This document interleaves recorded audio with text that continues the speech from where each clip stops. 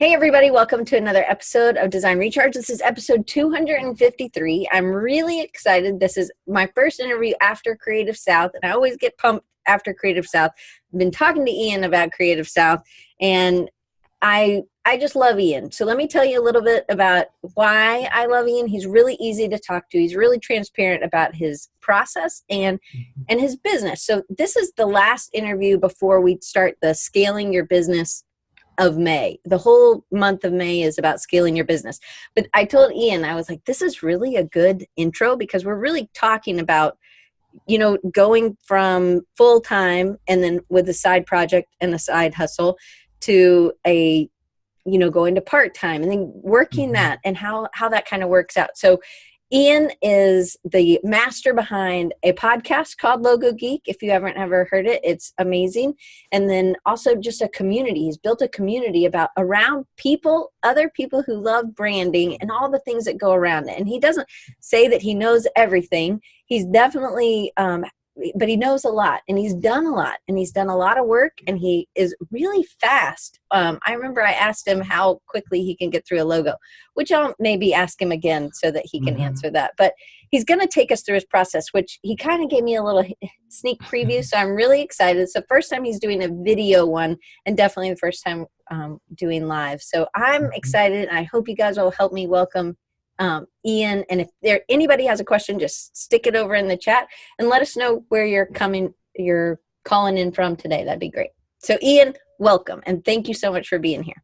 Yeah, hi Diane, and hi everyone. It's a real honor to be on the show, so thank you for having me.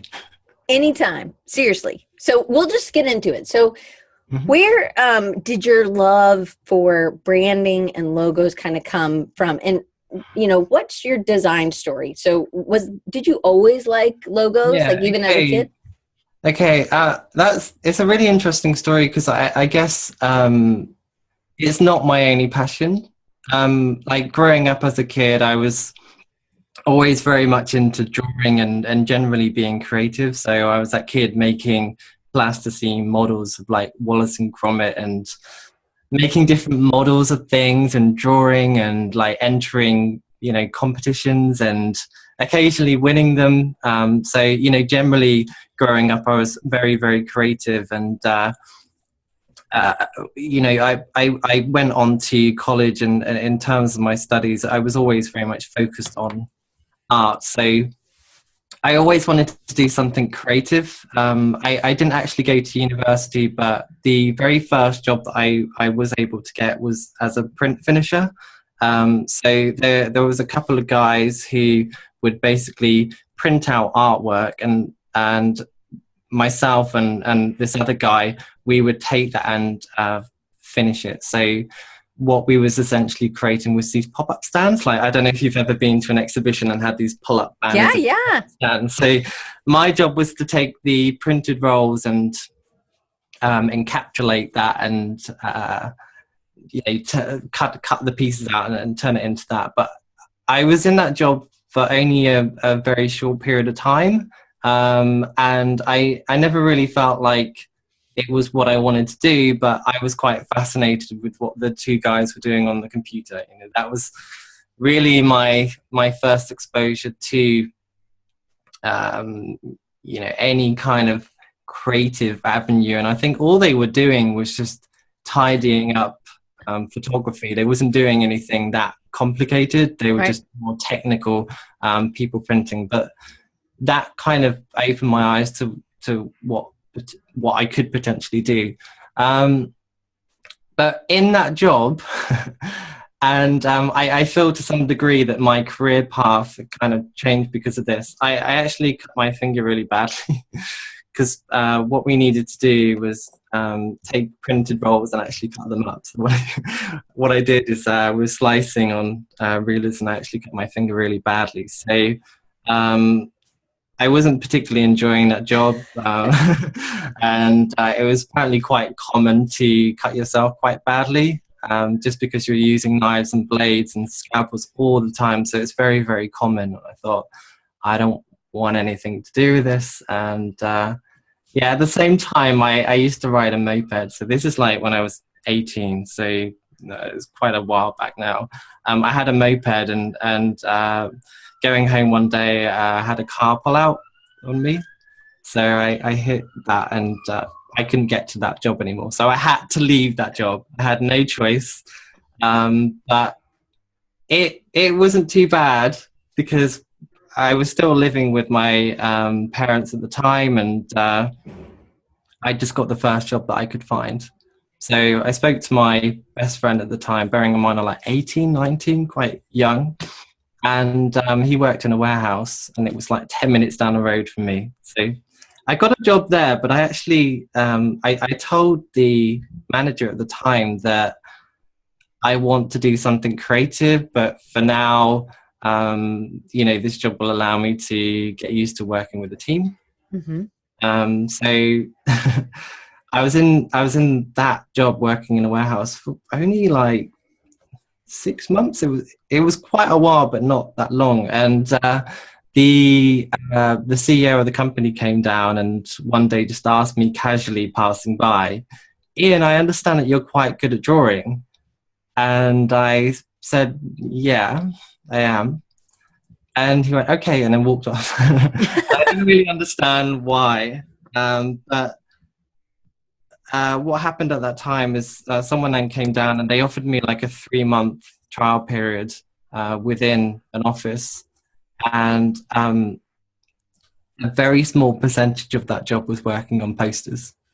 So at that time in my life, never touched a Mac before, didn't know any of the software. But I was really excited. So it was only 3 months trial period, and I must have been like 19, and I've never been the most confident of people. So it was 90% admin, and that meant picking up the phone and booking hotels. And it turns out I was really bad at everything apart from the posters. So because I was there for 3 weeks, they just basically gave me all of that stuff. So I could just sit there and learn the software. And I was really fascinated with all of the tools. Like I had a really old Macintosh, one of these ones with the giant screen, and they were colored. And it wasn't a colored one; it was even older. It was really old at that time. But it just had Quark Express. InDesign hadn't come out at that point. Right, it was still Macromedia freehand, maybe. Yeah, but I remember one of the first jobs they asked me to do was to draw some pictures of these medical drapes. And what I did is I opened up Illustrator and thought, okay, how does this work? And I just took the pen tool and I was just clicking. I didn't know what I was doing, but I was able to kind of cobble together some kind of picture. And then because I was so passionate at home, I found these Linda learning videos, and I sat down and watched them. So I was in this really incredible position where I had a job where I could basically just sit there and practice and screw up, basically. And then I had time at home where I could just sit down and learn. So what I was doing is learning at home, coming in and going, oh my God, I just learned how to do this. And then I put something together. Did it feel like work? Not really. Well, I mean, obviously there was some element of work to it, because what they were asking me to do was put together posters, and what the team did at that point was just draw like stick figures. It was really bad, because all they needed to do was create posters of the like tubes and cables and products, so that the sales team could go out and sell this. But anyway, to cut the story short, because I know I could talk about this. In that job, I was within that company for 5 years, and my involvement then, because my involvement was saving them a lot of money, because at that point they was outsourcing it all to a freelancer. They gave me some training, the team evolved. It started off with that team being 90% admin, 10% graphics based. And fast forward 5 years, we had our own special area with like photo studio. We had 2 other guys working on the brochures as well. But I learned a lot in that job, and it became our team's responsibility to work on all of the brochures. So I learned a lot about print-based work and illustration. I did a lot of really cool illustration work back then, and I really enjoyed the actual the technical aspect of it. So I've always enjoyed technical illustration. So that passion was there. So I was there 5 years, then I moved on to I wanted to move to a company where I could work on lots of different companies, branding and lots of different things. So problem solve for a lot of different people instead of just one company. So going from in-house to agency or design team firm. What I found is being within an in-house team for 5 years, you get to a point where you start redoing your own work because everything, like when you first start, it's exciting because you're redesigning all these new things, but then suddenly once you've been there a certain length of time, you kind of hit this glass ceiling where you're just redoing the work that you've already done, and just everything becomes quite boring. And I got to a point where I felt like within like 6 months I didn't do anything substantial for my portfolio, so I was really hungry to do something new. So I was really lucky, and I found this job at a web design company. I relocated, and I became their first, I think I was called lead creative designer. And I was the first UK-based person that they had. There was only about 4 other people in the office, and I've been with the same company now for about 10 years. It's the company that I work at part-time, and I kind of gone from just doing my own thing to creating like the whole processes, systems, getting involved in marketing. So I've done things like exhibition stands, animations, videos, logo design, lots of different things. So that job's been really exciting. I've been there for 10 years. I'm now an actual director. I'm on the board of directors for that company. I've been too long. So that's part of the reason why I haven't actually left that company yet, because I'm so much part of the company. Pulling myself out of it could be detrimental to the company, and I don't want to do that to them because it's not fair. So that's one of the reasons why I'm still part-time. But you've also been able to grow at that company. You've still been able to be challenged, right? Yeah, absolutely. Because we got some really exciting projects there. Like very recently, we worked with Barclaycard on a new website for this product called BPay, and I'm kind of, it's mainly me working on that project and presenting it to them. And as you get onto these bigger projects, you work with larger teams and you work with these organizations. It can become quite political, but you learn how to deal with different characters and different types of people and stuff like that, which has been really useful for freelance. Absolutely. So when did you, because you're still at your job, you're doing all kinds of things, web branding, you're doing ads, probably a little bit of everything. Yeah, within that job, anything visual that they need, that's my responsibility. We've got one other guy that I work with that's based in Lithuania. So between us, we do quite a lot, but I'm in the fortunate position where I generally get all of the bigger projects. Cool. So when did you start loving logos and branding? Yeah, I just realized I didn't answer your question. No, it's so good. Okay, that was an awesome story.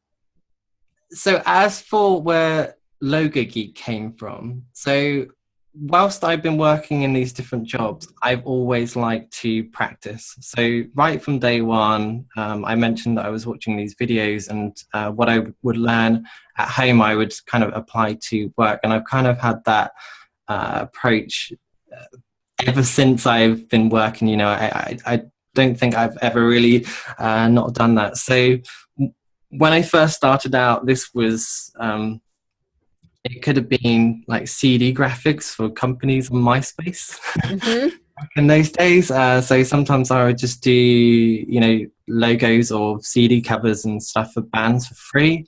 And I kept doing these little bits and bobs for free, some like illustrations and stuff like that. And there was a point where I started volunteering this, I think it was called can't remember what it was called, but there was this club in Swindon where there was a couple of guys. They were doing these like workshops with children, and they were making games, they were making films and all sorts of stuff. And at that time they were animators, and I really enjoyed going to this club. It was so much fun. You know, you got little kids running around, and you know, you sit down and you help them make films and do whatever they want to. So I got to know these two guys really well, and they went from being animators to building iPhone apps and games, you know, because this was the point where that was a new thing. And I think Angry Birds just came out, and you know, a couple of guys made a lot of money, so they wanted to a piece of that pie. Yeah. So I saw that they were doing these, and I just kept hassling them, going, if there's anything that I could do to help with this, I would love to get involved in that. And they kindly allowed me to get involved in that. And what I started to do with them at first was some backgrounds for some games, and they loved what I did.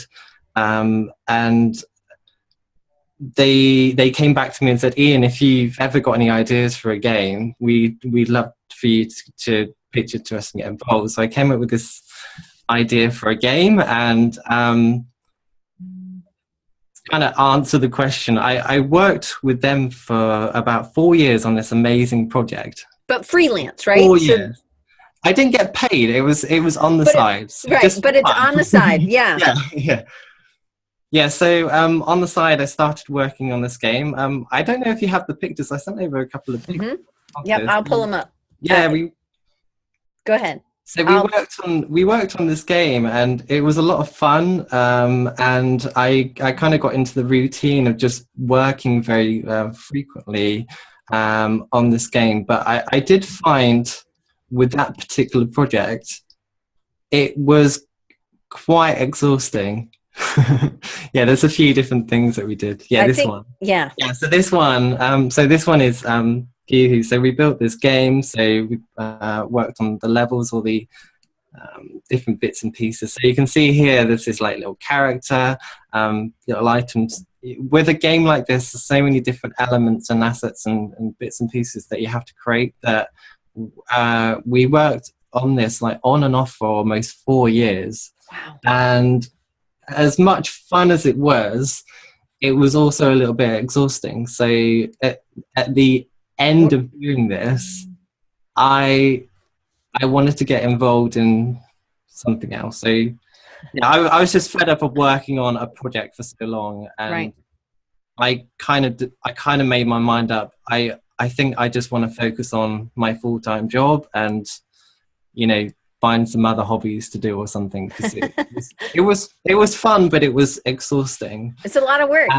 Yeah, it was a lot of work. But yeah, so where the logo design side of things come in was, it was about 2 years, like 2 weeks after stopping this, and I just got an itch for doing something new. I felt bored. I'm like, I want to work on something, but I don't want to work on anything long term. And I was speaking to a friend at the time, and they said, Ian, you've always been quite good at logos. Why don't you look at that? And I thought, that's actually a good idea, because it has the illustration. So you can see a lot of that work that I did at that time. It had a lot of illustration-based work.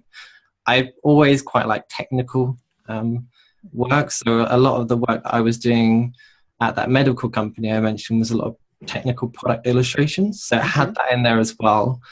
So it had this nice balance between illustration and you know, fairly technical work. So I thought, yeah, this works, because what I could do is take on a project when I want, and within like a 2-week period, I could actually finish it off. Which is pretty fast. Yeah, I actually do them quite a lot quicker than that. Right. But usually a project, I would say, within my free time, I could take one on and I could wrap that project up very quickly. So that was the main motivator.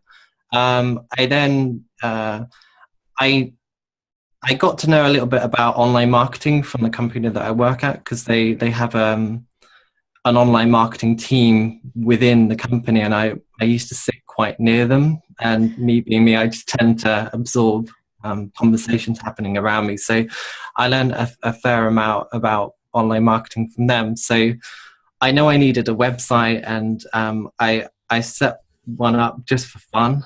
Like the logo design stuff was always meant to be just for fun. I never imagined it being what it is. So where Logo Geek came from, I wrote down all these domain names, and I wanted logo or logo design in there in some way, because at that time with online marketing, you needed your keyword in the actual domain name.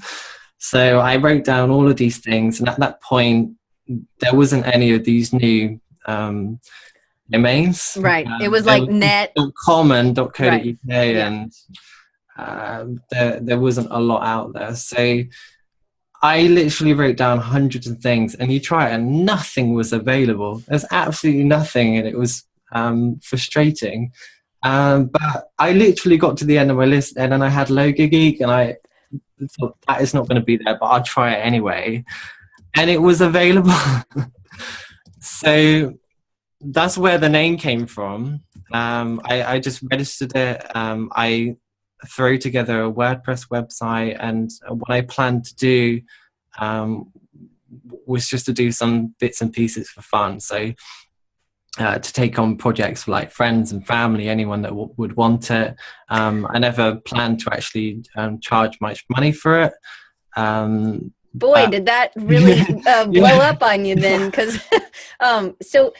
Dave's saying he has about 90% of the same books, and Dave Clayton's in here, and so he was like, oh, when you said Swindon, he's like, Swindon, whoop whoop. So a bunch of people are saying impressive book collection for sure. So you being into type and into logos and branding, you still do the research and the work. So you really found that this was a huge passion. And you didn't start out thinking Logo Geek was going to be anything maybe what it was. I had no idea. Right.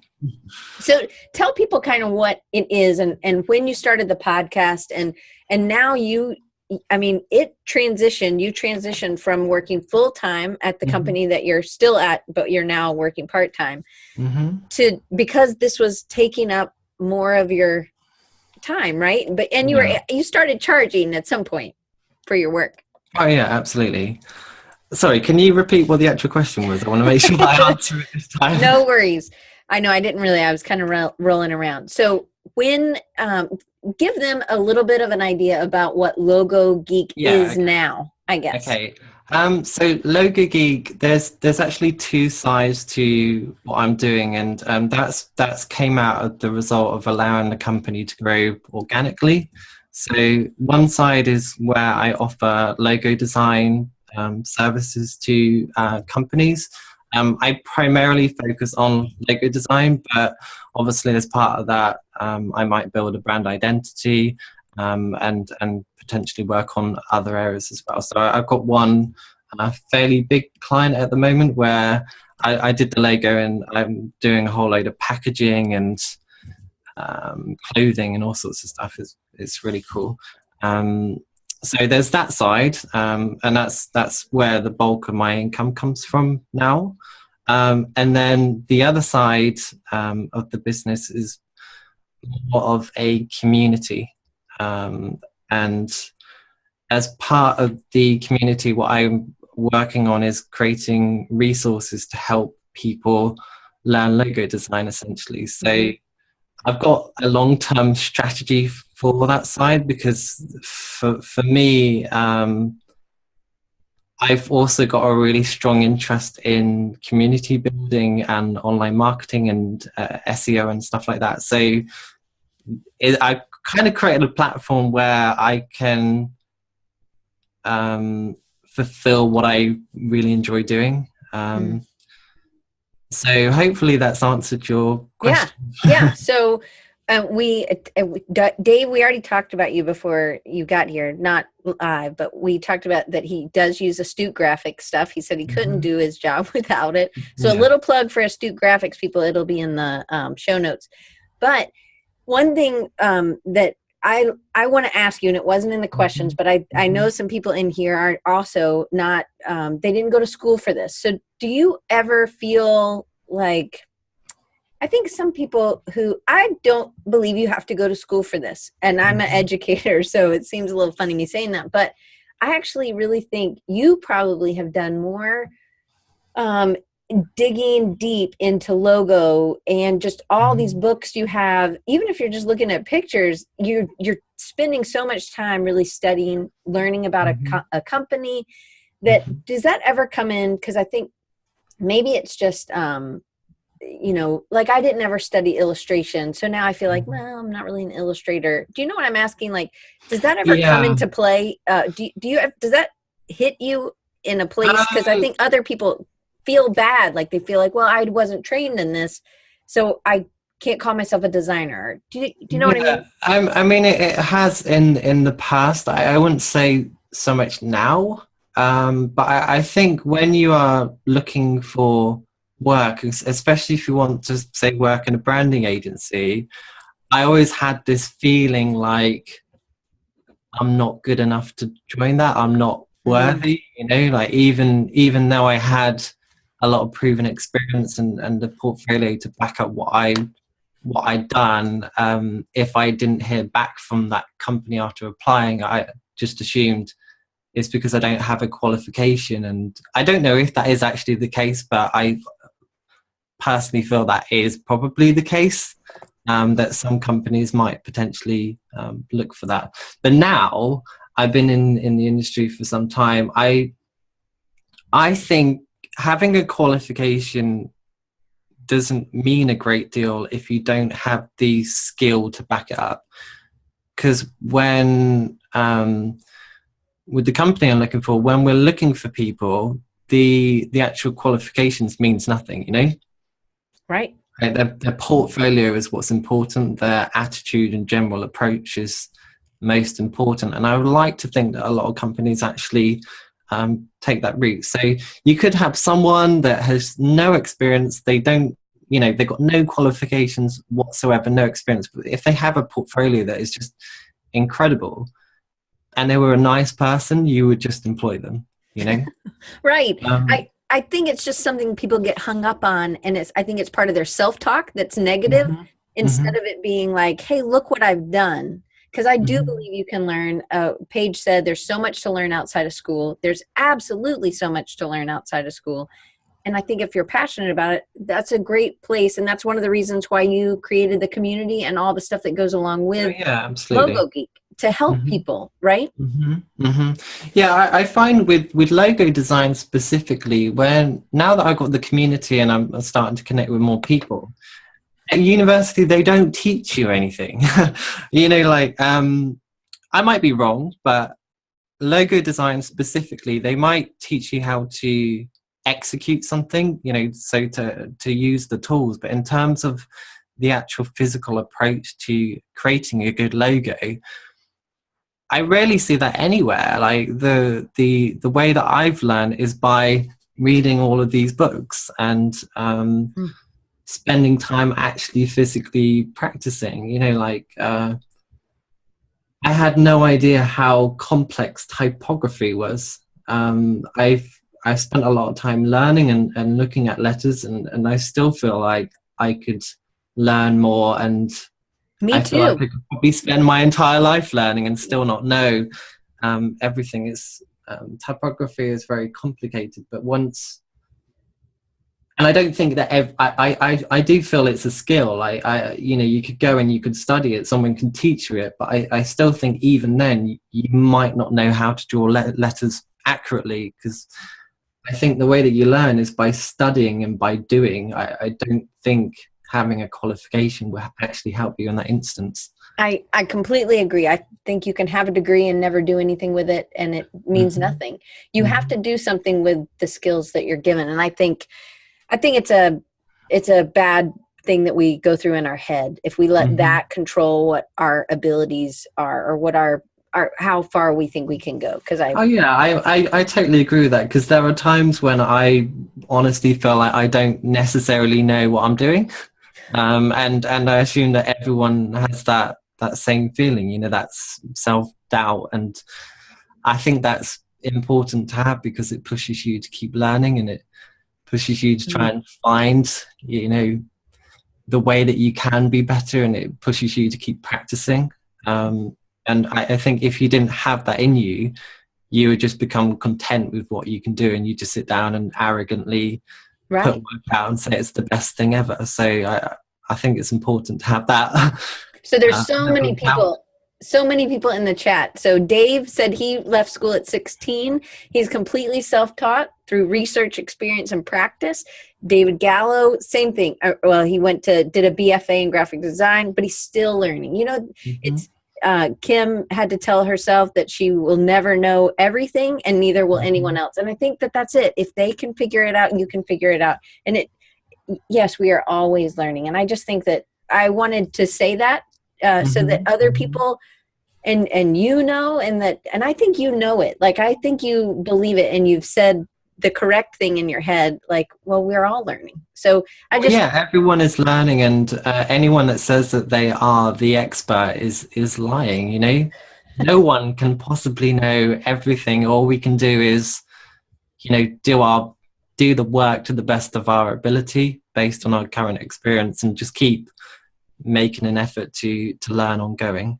You know, Chris Doe says he's somebody who you've had on your show, and he's coming up in May for me. And he always says, you know, because people say that, well, I'm not an expert at this. I don't feel like I can write a blog post, or I don't feel like I could do this. Or he's like, you got to teach what you're learning right now. And I think that that's such a wisdom, because we're always learning. We're learning how to be parents, or we're learning how to be, you know, spouses or friends, or whatever it is, an illustrator for me. And I think it's okay. It's okay to be at the beginning.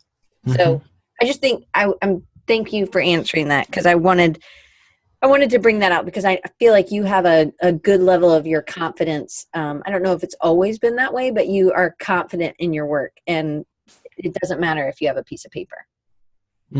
Yeah. All right. So take us from that. What was it like when because a lot of these people are working for themselves, or they have their own company, or they're the only lonely at their corporate agency or something like that. So what point did you get to where you were doing so much with Logo Geek, either doing work or building the community, that you were like, hey, I got to go part-time? Okay. So the way this worked, my actual goal, my career, I always just planned to stay with the company and work my way up. So my goal was always to work in a branding agency and maybe become, you know, creative director, art director, you know, like just move up the ranks. So my side venture was never there to push me to actually go freelance. And in fact, the entire concept of going freelance has been incredibly daunting, and still is. And I can't believe I'm actually part-time now. But I was working on Logo Geek, and like I said, I didn't plan to actually grow it, but everything was just growing. I started working on my Twitter, and I remember when that hit like 8,000, I got invited to be on the jury for something. That caused a spike in my web traffic, so I started my website traffic kept growing, and being into online marketing, I'm like, okay, I want to work on that more, just because I'm interested, and it's kind of like a game. Yes. It's like, how can I get on page 1 of Google? So I've always had that in me, like, I don't want to get on page 1 of Google because I want to loads of business. I just want to be on page one of Google because I know how, you know. So that was always my driver. But obviously, by pushing your numbers up and pushing everything forward for fun, right? There's a lot that happens with that. You get all these messages, emails, like so many emails just kept coming in, and they still do. And you know, having a full-time job that's quite demanding. I mean, I'm a creative director. Sometimes I get days when I need to stay late, and it can be quite exhausting. So I would be at work, I would come home, and then like at work all day, my phone would just keep buzzing, and Oh, wow. the phone kept ringing. I come home and I got like 20 emails I need to reply to. You take on it was just so much. You know, it's consuming it. It consumes all of your energy. So at that particular time of my life, I'm like, I have to give up something here. You know, something that's going to give, because I'm just driving everyone nuts around me because I keep complaining that I'm so stressed. So yeah, I decided at one point, okay, I'm gonna give this up and focus on finding, you know, a new job in branding. But when you built something, you're like, you can't give it up. Like the only way to stop everything was to like delete my social media accounts, shut down my website, and I'm like, I don't want to do that. So I was always conflicted between these two things, and I was actually driving everyone around me nuts, to be honest, because I was just working all the time and never resting. And even when I'm resting, I was working on these two things. But anyway, I was in this limbo point for a long time, and what pushed me to take a risk was actually something quite personal that happened. So my mum had dementia for quite a long time, and she ended up in a care home, so got exposed to quite a lot of elderly people that were losing their memory, and watching someone kind of slowly degrade, and she passed away. But watching someone fade away, their whole mind and everything, it makes you think about life in a different way. That I don't believe in the existence of a god or a creator. So for me, life is once, and coming to the, you know, realizing that I've only got one shot at this, and there's going to be a point when I am going to be old and I might get dementia or whatever and slowly fade away. I don't want to get to that point and regret not doing anything. And I just kept thinking, a lot of people that I admire, you know, people like Paul Rand wouldn't be Paul Rand if Paul Rand didn't work for himself. James Dyson wouldn't be James Dyson if he didn't work for himself. You know, all these people that I admire wouldn't be where they are now if they didn't do their own thing and focus on it. So I decided I'm going to give this a shot and see what happens. I read the book, The 4-Hour Work Week. I read the book, The One Thing. Those two books had a lot of impact on me. There was, in the 4-Hour Work Week, there's kind of an exercise in there where Tim Ferriss kind of gets you to imagine like the worst case scenario. So if like you lost all your money and, you know, you lost everything, like everything just collapsed down, what would actually happen? What would be the worst case scenario? And I've got quite a big family. I've got lots of brothers and sisters. The worst case scenario would probably be call my sister, tell her I've screwed up, can I sleep on your sofa? So coming to terms with that is actually really useful. You know, that if I did this, if I decided, okay, I'm going to leave my job, I'm going to focus on my own thing, in reality, what would actually happen is I just call my boss and go, can I have my job back? And they would probably take me back because I've been there a long time, and I did a lot for them. So I decided I'm just going to hand in my notice. I'm going to focus on Local Geek. I'm going to see what I can do with it. I had enough inquiries coming in. I built up enough presence online. So I thought, okay, I'm just going to push with this and see what I can do with it. So handed in my notice. I did it by email. And yeah, I've been with the company at that point for 8 years. I was, like I said, the first person to be in the office in the UK, and obviously the owners were quite upset. They see that coming. So sat down with them and they said, to be honest, we would like to try and keep you. What do we need to do? And I was honest with them. I said, I'm really sorry. I just have to do this. It's something I really want to do. And so my boss just asked, out of the blue, one of the first things he said, would you consider part-time? And I thought, yeah. It wasn't hard to think about it, because what it allowed me to do was to have a stable income, but to also have time. And it was the time I wanted. Like, it was never so much about money. I just wanted time to build what I started and to focus on that. So that to me was like win-win. It worked for them, because I mean, I was full-time anyway, but a lot of what I was doing would be bigger projects and then lots of other bits and pieces.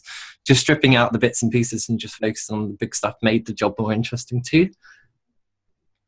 And the 2 days a week to work on my own thing, that was really good, because it meant I could practice freelance, because I'd always had doubts about it,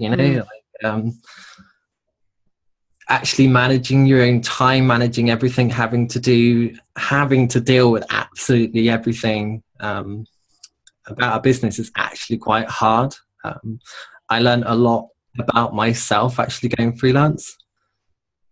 So yeah, that's literally how that went. And I'm still in that same situation. I quite like the balance of having a job where I could go and spend time with people and work with a team and work with bigger clients, and then I could come home and work on what I want to. I'm really lucky that the 3 days a week, I relocated as well at the same time. So I moved up north in the UK, so living costs is less.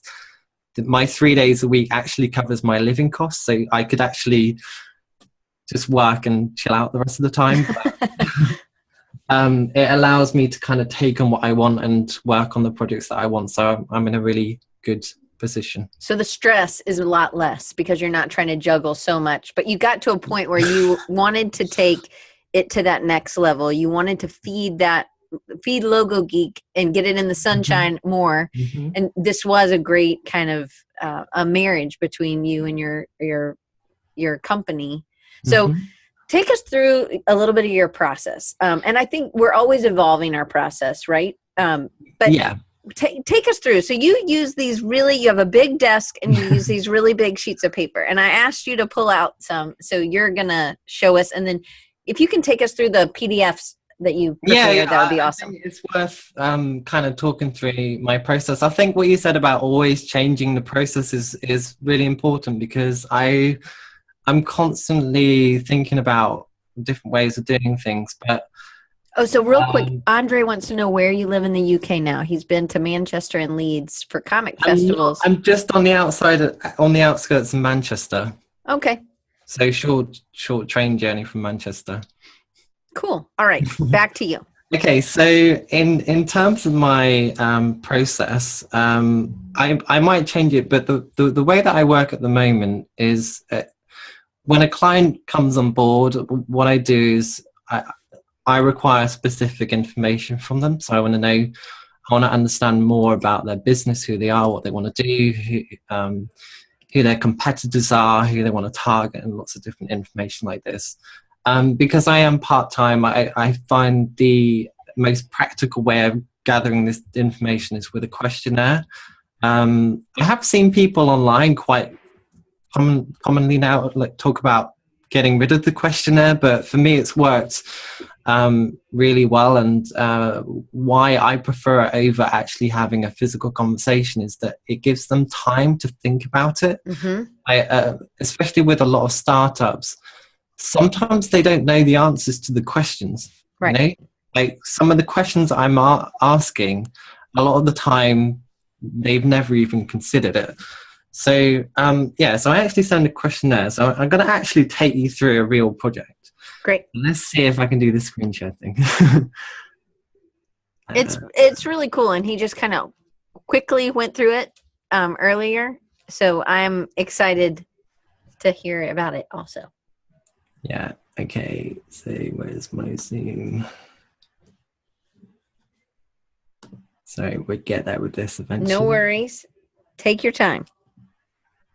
So, okay, so can you see this? Yes. So this is the questionnaire that I sent out. It's an interactive PDF.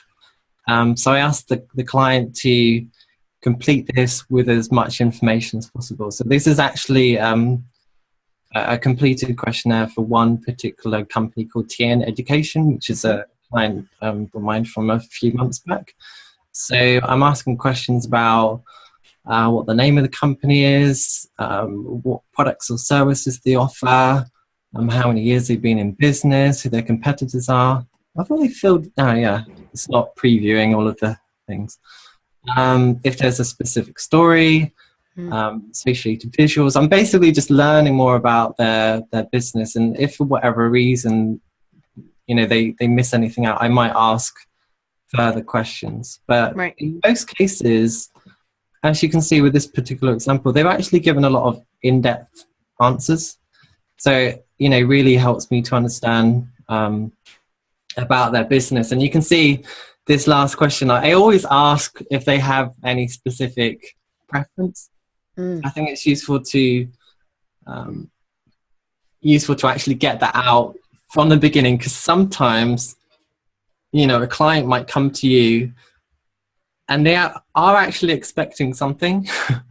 So I think it's good to ask that question. Otherwise, you end up putting together all this work and you present a solution. But if it doesn't match up with what their expectations are, no matter what your process is, they just won't accept it. Because at the end of the day, the client is paying you. And if they have that expectation, just get it out there. And if you feel it's totally wrong, you can at least explain it. So yeah, I've got this completed questionnaire, and then what I do, let's see if I can share the next thing. What I then do is I turn this into, so I'll stop the share. Yeah, so what I then do is I turn those responses into like a tick list of goals. So when you're saying what is your preference, are they sending you images, or are they? Oh, it depends on the client. Like what I try to do is my process is like a goals-based process. So what I'm doing is essentially creating a strategy. So I mean, it's not like an in-depth strategy that I would like to start looking at, but by creating a set of goals, I can define who their target audience are, competitors, who they are as a business, all this different information. So based on their responses, I can put together a set of goals that I then ask them to approve. So I do have, let me share my screen again. So that questionnaire, I then put this, I basically take all the information out and I rewrite it into like a tick list, essentially. And I ask the client to approve this. And by asking them to approve it, this is essentially the brief. And our goals is to create something that is based on these goals. So you remove yourself and the client from personal preference. Our goals is to achieve what's set out here. So you can see like here it just clarifies who the company is, what they do, who their competitors are, So there's lots of different things, and what I do is I kind of treat this kind of like a tick list. Mm-hmm. So when I'm working through my design process, I am essentially trying to translate what's in here into a graphical representation, and when I present this to the client, I will go back to this. So if the client does request any changes, I try to steer them towards achieving specific goals. Mm-hmm. So it becomes more strategy based rather than just based on cosmetics and personal preference. Right. Because one of the biggest struggles with logo design is people have opinions, and it's very subjective.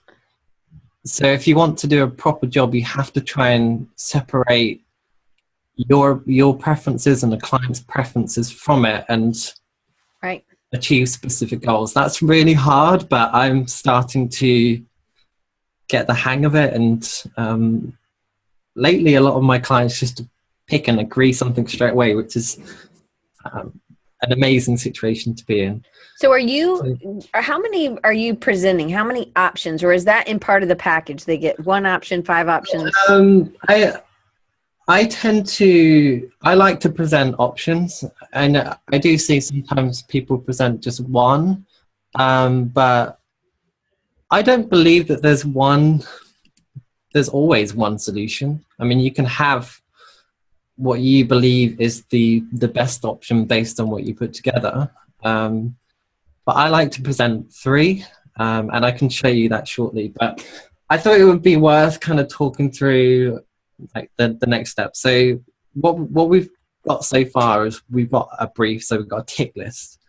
So what I would now do is spend some time exploring different ideas, and what I'm trying to do is translate that brief. So there might be very simple things that I might just pick out from that questionnaire. Sometimes it might be that it needs to be high end. Like I'm trying to find a specific aesthetic. So this particular company, TN Education, they are targeting fairly young people. So it'd be people like 18, 19, quite a young target audience. So you'd want TN Education to have an aesthetic that's quite fun, but very professional and established at the same time, and trustworthy. Because I've seen the final piece, and there is those. It has those elements in it, so it's not something.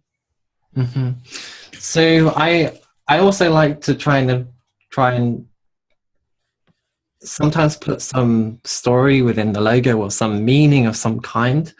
The actual solution to this one doesn't have that. It's a fairly simple solution, but it worked really well. So I do a lot of sketchbook work. So I've got a 3-meter long desk here, and I like to work on really big sheets of paper. I know some people sketch in little books, but because I've got the space, I just like to be able to just sketch every idea. And when I'm working, I sketch down everything I think of, even the really bad things.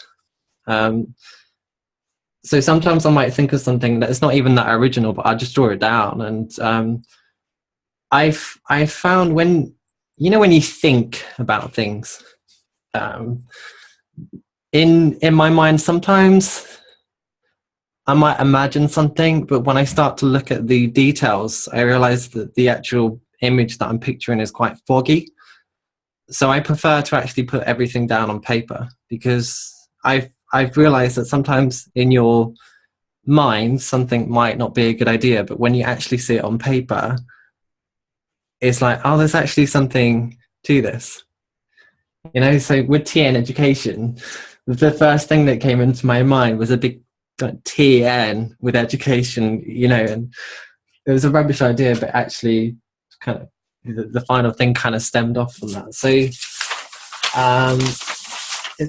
I've got loads of these, but this is the type of thing. So I would just take a big sheet of paper, and draw lots of different ideas. So sometimes I might do like a mind map or word. I use word association. So I can put a word in and then I kind of stem words out, and that helps me to picture potential things. So the one that I've shown you here, that was for a company called Cargo Logex. I think that's how you pronounce it. And I started to look at cargo and online shopping, and so things like, sounds boring, but like trolleys, like anything that kind of came up, like cargo flight planes, all those associations just went down. Sometimes they might be rubbish ideas, but sometimes when you start to look at it, you can come up with ideas based on those specific words. So I just keep sketching like everything. I might work on that for like a day, and anything that works well, I'll show you that again.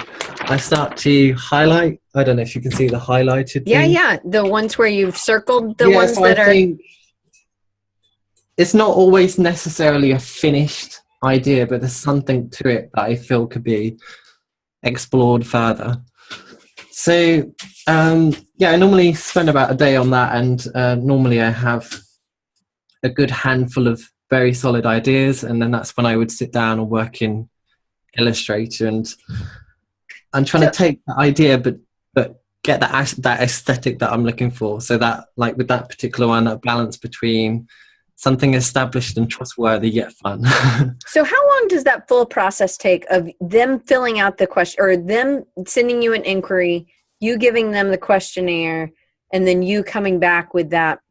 Just that part of the process, how long does that take? So I tend to, so with my projects, I've got 2 days a week realistically that I can work on. I mean, I've got the weekend as well, but I try to keep that free when I can.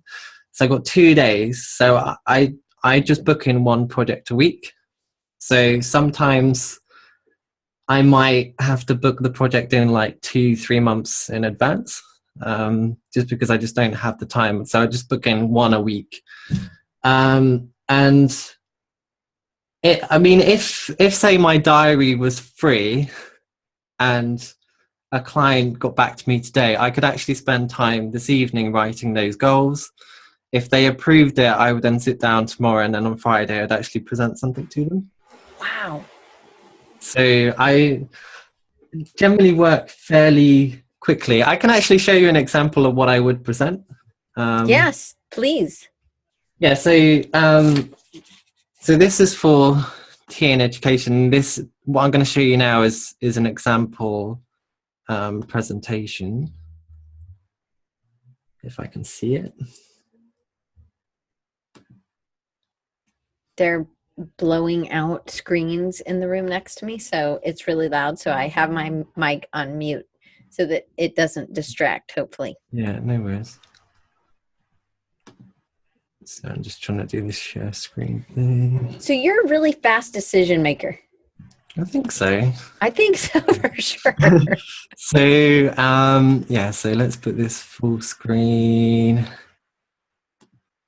Yeah, so can you guys see this? We don't see it in full screen, but if that helps you, great. We still see it in the regular thing. Oh, okay. Yeah. I'm gonna abandon that then.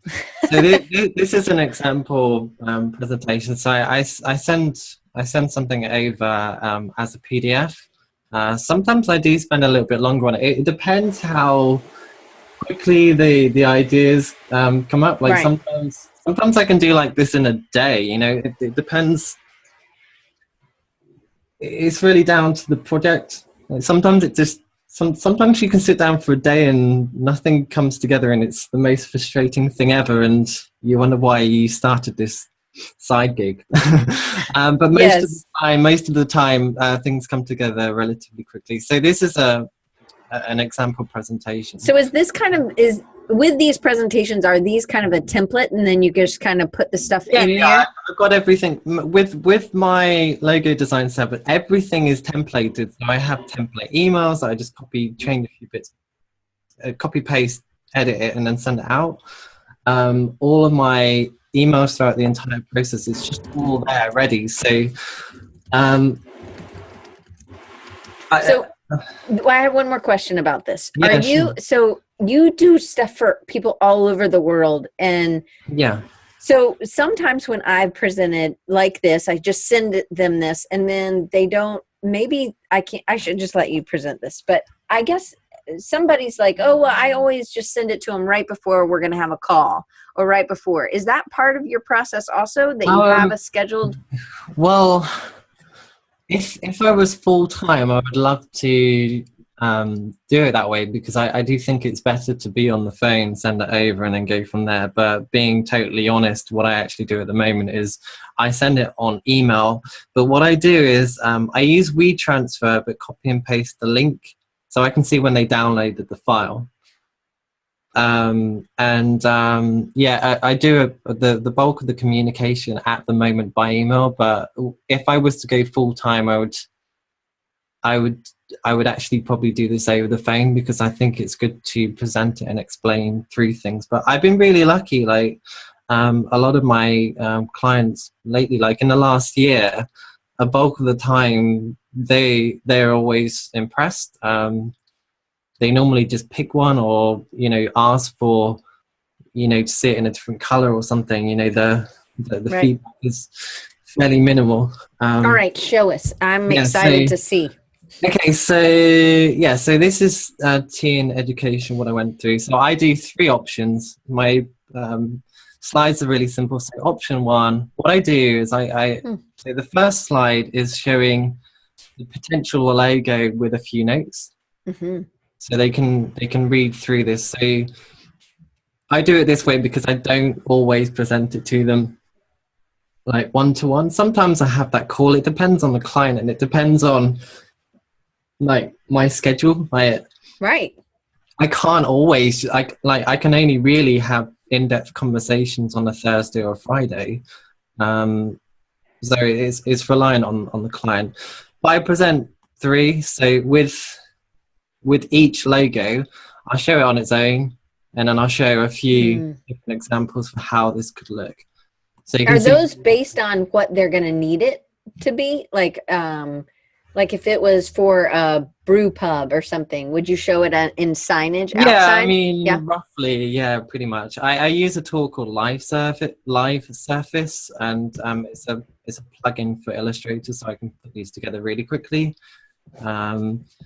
I use a lot of the same things just because, I want to get this done relatively quickly, and it's a nice way to present it, so it looks good, and I get it done quickly. Sure. So at this point, a lot of the work is kind of, I know it looks complete, but also it's not 100% perfect. Like I know sometimes the kerning could be improved or whatever, but for the terms of presentation, it's client doesn't know that. You're not going to waste that time doing that until you get to that final stage. Okay. So yeah, for each option, I present how this could possibly look. So like I mentioned with this specific project, I'm looking for that aesthetic where it's a balance between something kind of fun and quirky, but also quite established, and I feel this particular one works well for that. And I don't know if you can see the English flag in here as well. Yeah. Like the idea with this one, what the company do is they help international students come to the UK to settle in and to get into a university. So they might find them like a place to live. So this is like an arrow coming into the UK. Cool. Works really nicely. So I do 3 different options. These are quite different styles. So this one feels more established. The idea of this one, the T and the N, is kind of like a corner of an English flag. I don't know if that's same thing again. Quite a different feeling. This one's more. It feels more established than the other 2. And then the third option is this one, which I felt was like the youngest of the 3. It feels more like you could actually imagine wearing this, and you'd feel that you're part of something quite fun and funky, but all you can see it's established. So this is actually what we went with in the end. And this particular client was amazing because we did a lot of the presentation actually on the phone with this one, and they was really torn between the first and the third option. So I'm just going to quickly just carry on through the slide. Yeah. Sorry, how do I move us out of the way? Because I can't. Yeah. Oh, I think. I've got it. Okay. Yeah. So with the last slide, I put the 3 options, and that just means that it's easy to see them all together, and you can compare, and you can actually see there's similar aesthetic between all 3. But even myself, torn between 1 and 3, I was kind of pushing more to option 1 originally, but talking with them, they did start to question whether they would always actually just be based in the UK. So the first and second option in that case, kind of, we started to steer away from that. But anyway, what we did with this, why it was really great. He was open to ideas and suggestions, and it was at the time, shortly after I interviewed Marty Newmar for the podcast. So I'm going to put the stuff here.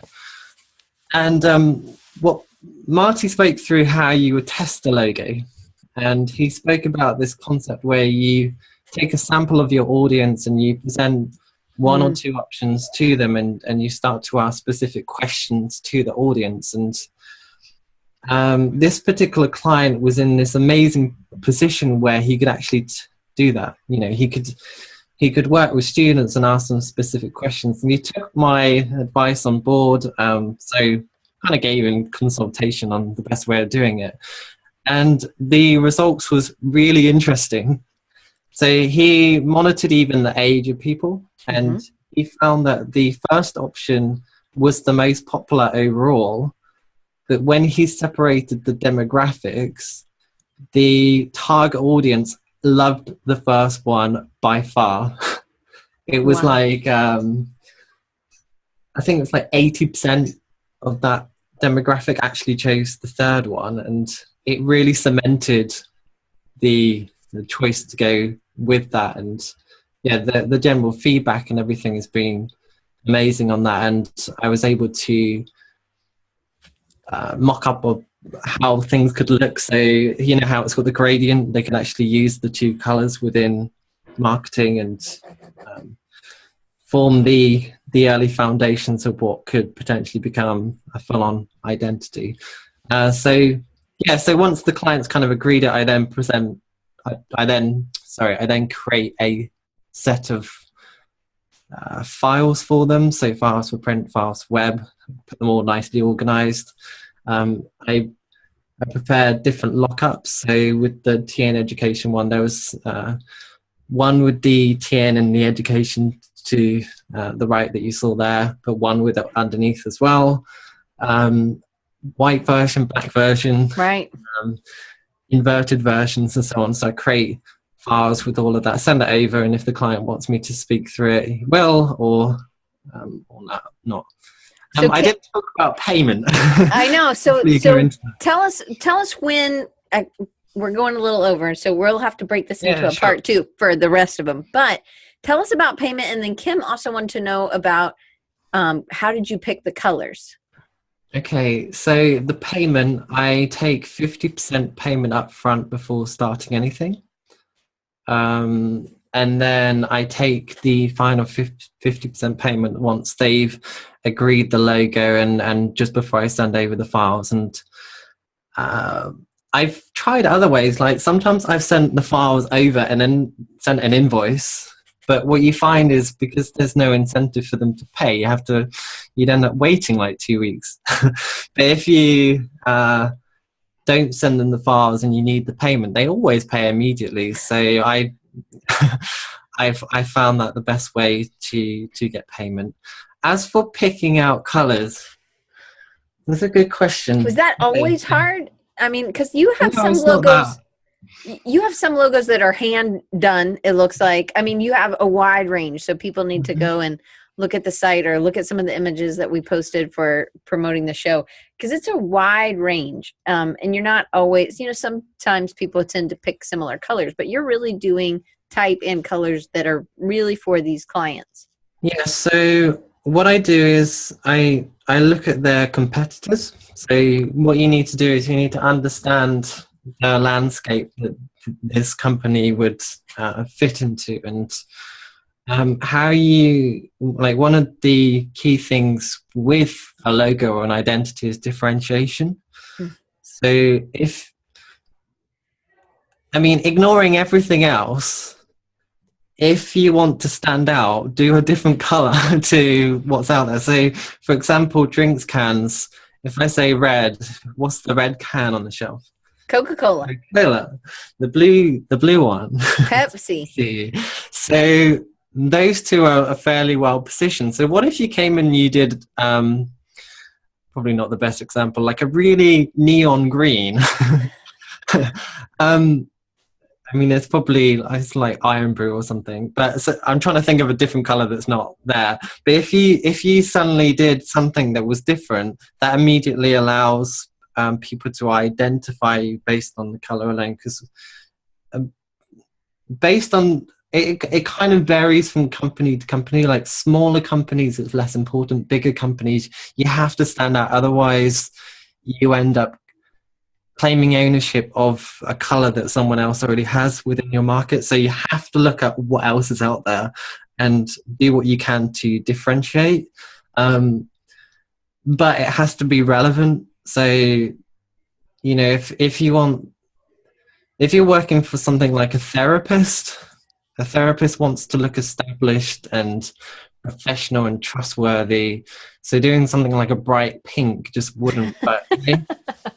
So there are only specific colors that would have that specific aesthetic. So typically like blues and greens and dark colored blacks. You don't have a huge amount to work with, but you can always try to look at what's out there and to do what you can to make it look different. But someone like a therapist, they don't have to, it's not like a product on the shelf where you want it right. to stick out. So the way that I would choose colors is if you can differentiate, you can, but then also try to fit within that demographic. I try to get a specific aesthetic, a specific feeling across. So sometimes that specific colors are not relevant, so you can kind of rule them out. And to be honest, there aren't actually that many colors to work with. Right. I know there's an unlimited amount of colors, but then at the same time, if you want something to be fun, if you really want it to be fun and friendly and energetic, like reds, oranges and yellows work, but if you start going into greens and blues, it's cooler and more serious. So if you think broad like that, it allows you to kind of narrow down what your potential choices are, and then the rest is just picking something that looks nice. Right. Use your own personal judgment. But if you are aware of the competition, then you, from a strategy point of view, when you're presenting it, justify your choice based on that. Don't say I picked it because I liked it. Right. I mean, that does come into play, but look at the target audience, make it fit in there, but allow the company to be represented in the right way. So what about if a company comes to you and was like, oh, Ian, we love what you did. Can you do packaging for us? Or can you do an ad campaign? Or what do you do in that situation? Okay, so it's quite challenging, to be honest, because some services I've got everything templated. So I've got the quotes templated, I've got the contracts templated and so on. But sometimes if it's something totally new that I've never done, it requires just more work, and sometimes I just don't have the time for it. But a lot of the time it's the same things, like people want business cards, stationery, So I got quotes for stationery. I just, I got pre-template emails, send over a quote if they're interested. Same process, 50% down payment, 50% when it's done. I typically arrange the printing and just quote it separately. I don't tend to add a markup, but I know I probably should. I don't either. Packaging it with labels. It depends on the client. Like the client, I've got a client at the moment who is based in the US, and I've done labels for them. I've had to have conversations with them where I get the spec and the requirements and so on. They send it over, I design it, and we go from there. If it's something I can't do, something like a website, I could build a website, but it's not really worth my time. I've got people that I work with, I send it over to them, I take 20% commission. So sometimes I've sent over like $5,000 projects and got 20%, and it's like, yeah. So I refer projects quite frequently. I've actually got a really cool system set up. So I've got an assistant, and they respond to my emails, and part of the way that they get paid is they refer projects to other people that I've sourced from the community, and I exchange the sale for 20% commission. So when they get paid, they send over 20%. It works for them because a lot of the time they're just adding on that 20% to the final cost, but it allows me to pay someone else to do something. It's a nice way to do it. And it's also, you're able to utilize the community in a way, right? So yeah, exactly.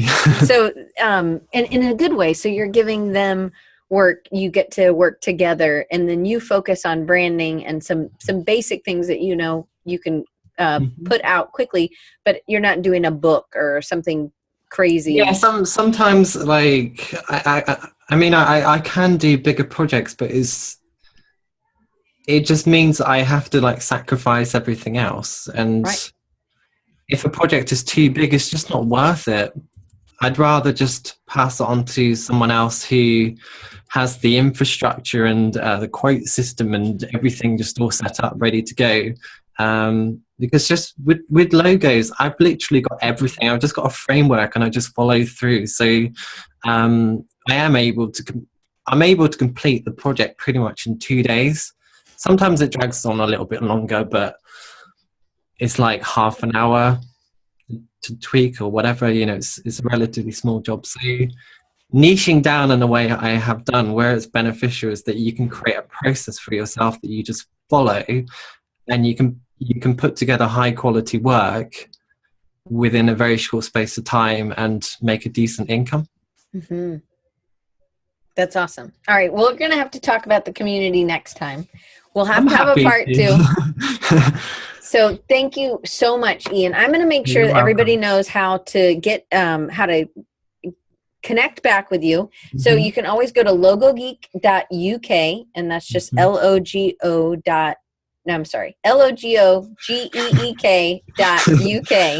And I'm going to put that over in the chat, and that'll also be in the show notes and underneath. You also have a blog, which really does talk more about, we'll get back into that next time.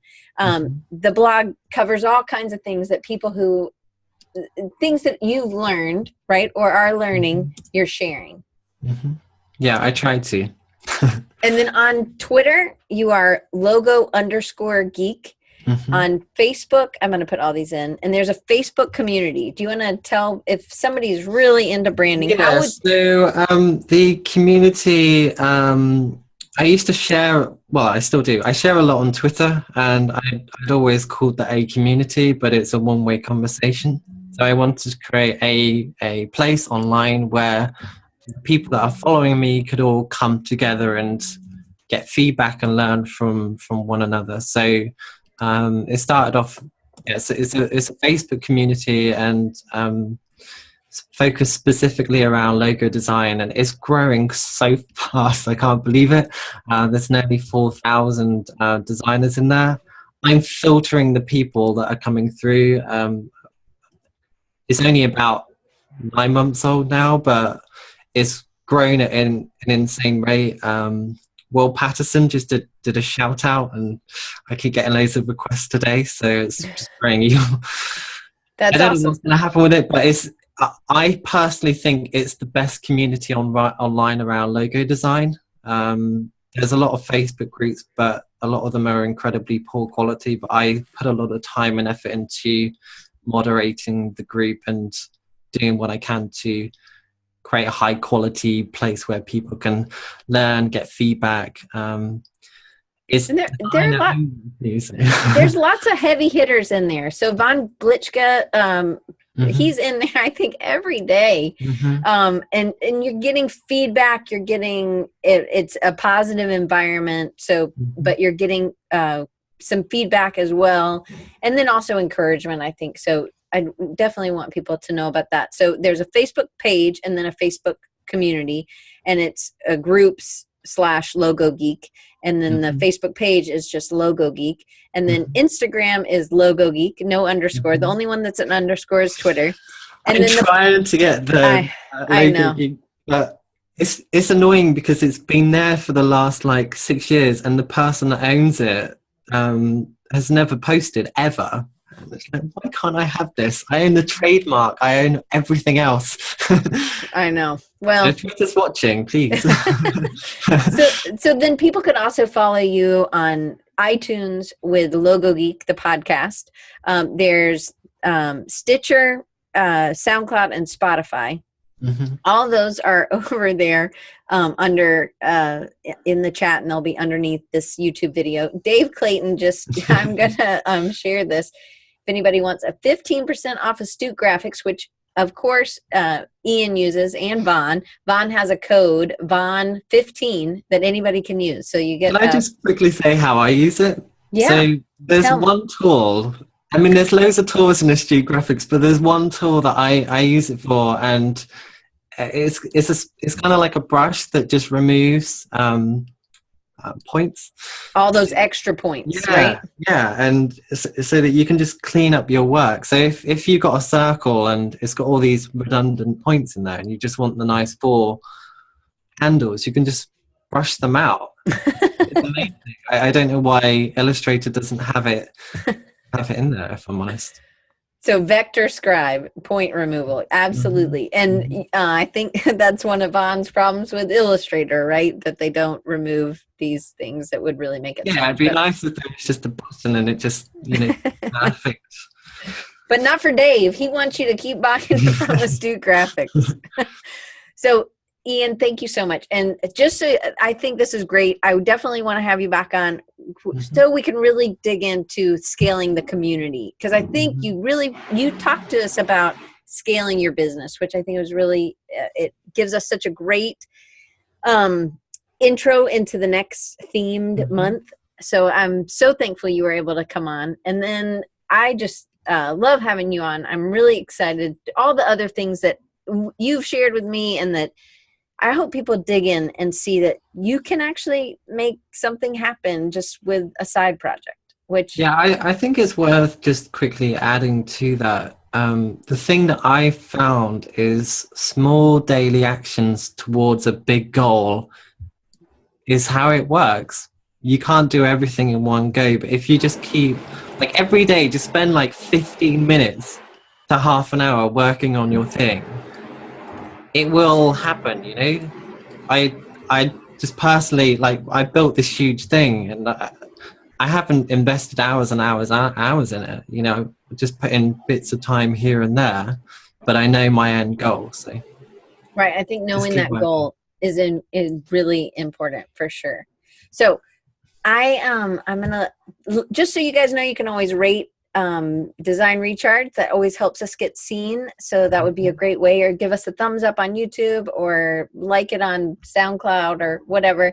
And you can always email me. I do answer emails. It's diane@rechargingyou.com. And I will see you next week. We have Bill Beachy, which his book is over there, so I can't reach it, but he does Go Media in Cleveland, and he started off working at his parents' He started his own business straight out of college, working in he was still living at home, and he's kind of gotten big and then gotten back small. And then, one thing about Bill that I love is that he still has his hand in illustrating. He still has time, makes time. And I think you do that well as well, Ian. You've built this thing, but you've also made time to still make logos, because it could just be the community, but you don't want to do that, which I love, that you still want to kind of keep your hands and feet in the water, you know? Absolutely. Anyway, I'm super excited that we had Dave came from the UK too, and Andre from Portugal. So we had people representing all over. We had a ton of Americans on here. So thank you guys for all celebrating my birthday with me, and I hope you have a great day. Thank you, everyone. It's really nice to spend time with you. All right, guys, we'll see you next week.